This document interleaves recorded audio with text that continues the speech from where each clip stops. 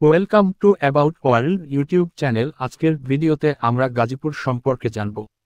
বাংলাদেশের মধ্যভাগে অবস্থিত একটি ভূখণ্ড যার নাম গাজীপুর। এটি শুধুমাত্র একটি প্রশাসনিক জেলা নয়, বরং ইতিহাস, ঐতিহ্য, প্রকৃতি ও আধুনিকতার অপূর্ব সংমিশ্রণ। রাজধানী ঢাকার নিকটবর্তী হলেও গাজীপুরের রয়েছে একটি স্বতন্ত্র পরিচয়, একটি স্বকীয় গৌরব। এই অঞ্চলের মাটি, মানুষ, বনাঞ্চল, নদী, ইতিহাস এবং শিল্প সংস্কৃতি যেন যুগ যুগ ধরে বয়ে এনেছে বাংলাদেশের অন্তর্নিহিত আত্মার প্রতিচ্ছবি। গাজীপুরের ভৌগোলিক অবস্থান তাকে করেছে এক অনন্য গুরুত্ববাহী অঞ্চল। এই জেলার উত্তরে রয়েছে ময়মনসিংহ ও টাঙ্গাইল, পূর্ব দিকে রয়েছে নরসিংদী, দক্ষিণের ঢাকা মহানগরী ও সাভার এবং পশ্চিমে আবারও টাঙ্গাইল। এই বিস্তৃত ভৌগোলিক পরিসর গাজীপুরকে দিয়েছে এক প্রাকৃতিক ও অর্থনৈতিক বৈচিত্র্য। গাজীপুরের মোট আয়তন প্রায় 2400 বর্গ কিলোমিটারের কাছাকাছি, যা একদিকে রাজধানীর নগরায়নের প্রভাবে উদ্দীপিত এবং অন্যদিকে প্রাকৃতিক শালবনের ছায়ায় শান্ত, সবুজ ও নিবিড়। এই জেলার একটি বিশেষ গঠনগত বৈশিষ্ট্য হল তার বিস্তীর্ণ বনভূমি ও ঢেউ খেলানো টিলা এলাকা। গাজীপুরের অন্যতম গর্ব ভাওয়ালগড়, যা এক বিশাল শালবনের এলাকা হিসেবে খ্যাত। এই বনাঞ্চলে রয়েছে শাল, গর্জন, আকাশমণি, কড়ি সহ অসংখ্য প্রজাতির বৃক্ষ, যা পরিবেশগত ভারসাম্য রক্ষায় গুরুত্বপূর্ণ ভূমিকা পালন করে। গাজীপুরের উপর দিয়ে প্রবাহিত হয়েছে একাধিক নদী, তুরাগ, শীতলক্ষ্যা, বানার ও লাউচাপড়া নদী। এই নদীগুলি কৃষিকাজ, মৎস্যজীবী সম্প্রদায় এবং পরিবেশ রক্ষায় অসীম উপকারে আসে। গাজীপুরের আবহাওয়া গ্রীষ্মকালে কিছুটা শুষ্ক ও উষ্ণ, বর্ষায় প্রচুর বৃষ্টি হয় এবং শীতকালে এখানে থাকে মৃদু শীতলতা। এই জলবায়ু কৃষির জন্য যেমন উপযোগী, তেমনি বনভূমি ও প্রাণীকুলের বিকাশেও সহায়ক। এখানে গ্রীষ্মকালে প্রচুর আম, কাঁঠাল, লিচু উৎপন্ন হয়, আর শীতকালে জমে ওঠে শাকসবজির রঙিন মেলা। গাজীপুরের ইতিহাস যেমন প্রাচীন, তেমনি তা সমৃদ্ধ ও গৌরবোদ্দীপ্ত। এই অঞ্চলের ইতিহাস প্রায় 1000 বছরেরও বেশি পুরনো। প্রাচীনকালে এই ভূখণ্ড বঙ্গের অন্তর্গত ছিল, তখনকার নাম ছিল ভাওয়াল। পাল, সেন, গুপ্ত প্রভৃতির রাজবংশের শাসনামলে এই অঞ্চল ছিল একটি গুরুত্বপূর্ণ রাজনৈতিক ও ধর্মীয় কেন্দ্র। পরবর্তীতে মুসলিম শাসনের সময় বহু সুফি সাধক এখানে ইসলাম প্রচারে এসেছিলেন। অনেকের নামের পূর্বে গাজী শব্দটি যুক্ত থাকায় ধারণা করা হয় এখান থেকেই গাজীপুর নামের উৎপত্তি ঘটেছে। মুঘল আমলে এই অঞ্চল একটি বিশাল বনাঞ্চল ও শিকারের ক্ষেত্র হিসেবে ব্যবহৃত হতো। সেই সময়ে ভাওয়াল রাজাদের উত্থান ঘটে, যারা মুঘলদের কাছ থেকে জমিদারি লাভ করে অঞ্চলটি শাসন করেন। এই রাজবংশের শাসনে এখানে শিক্ষা, সংস্কৃতি, ধর্মীয় ও সামাজিক কাঠামোর বিকাশ ঘটে। রাজা রাজেন্দ্র নারায়ণ, কুমার রমেন্দ্র নারায়ণ প্রমুখ শাসকরা অঞ্চলে অনেক মন্দির, স্কুল, কালীমন্দির ও দরিদ্র সেবা প্রতিষ্ঠানের গড়ে তোলেন। ব্রিটিশ আমলে গাজীপুর একটি প্রশাসনিক থানা হিসেবে পরিগণিত হয়।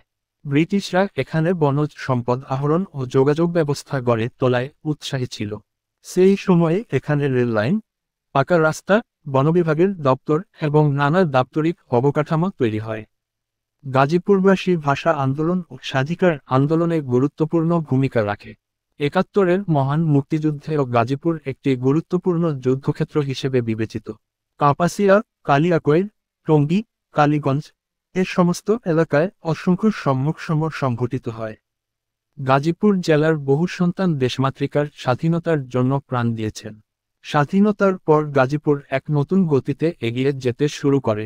অবশেষে বাংলা ২১ শতকের ৮-এর দশকের গোড়ার দিকে গাজীপুরকে পূর্ণাঙ্গ জেলা হিসেবে ঘোষণা করা হয়।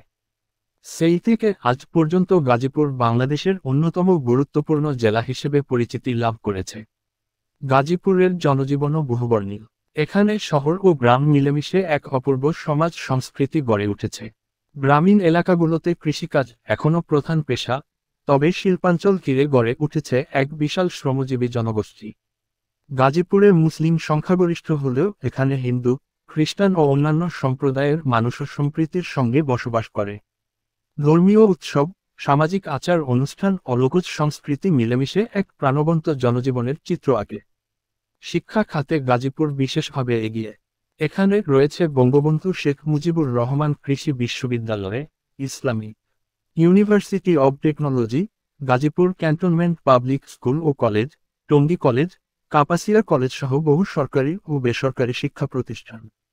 এসব শিক্ষা প্রতিষ্ঠান থেকে প্রতিবছর লক্ষাধিক শিক্ষার্থী আধুনিক শিক্ষা গ্রহণ করে দেশের বিভিন্ন ক্ষেত্রে অবদান রাখছে।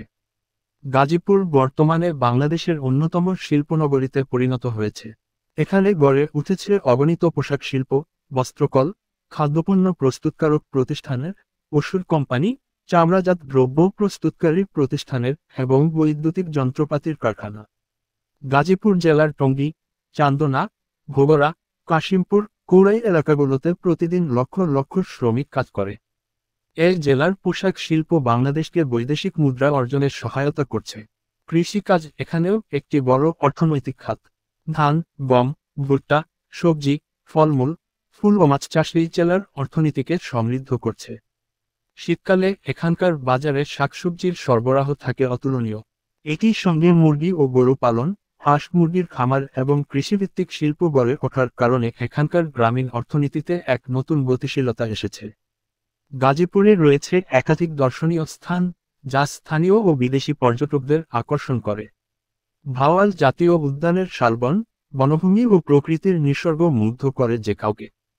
এছাড়া রয়েছে Bangabandhu safari park, Rajendrapur cantonment সংলগ্ন বনাঞ্চল, নন্দন পার্ক, গাজীপুরের ভাওয়াল রাজবাড়ি, শহীদ আসাদ স্মৃতি ভাস্কর্য, কাশিমপুরের নানা ঐতিহাসিক স্থান এবং বহু পুরনো মসজিদ ও মন্দির। তবে সব কিছুর শীর্ষে রয়েছে টঙ্গীর তুরাগ নদীর তীরে অনুষ্ঠিতব্য বার্ষিক বিশ্ব ইজতেমা, যা মুসলিম বিশ্বের দ্বিতীয় বৃহত্তম ধর্মীয় সমাবেশ।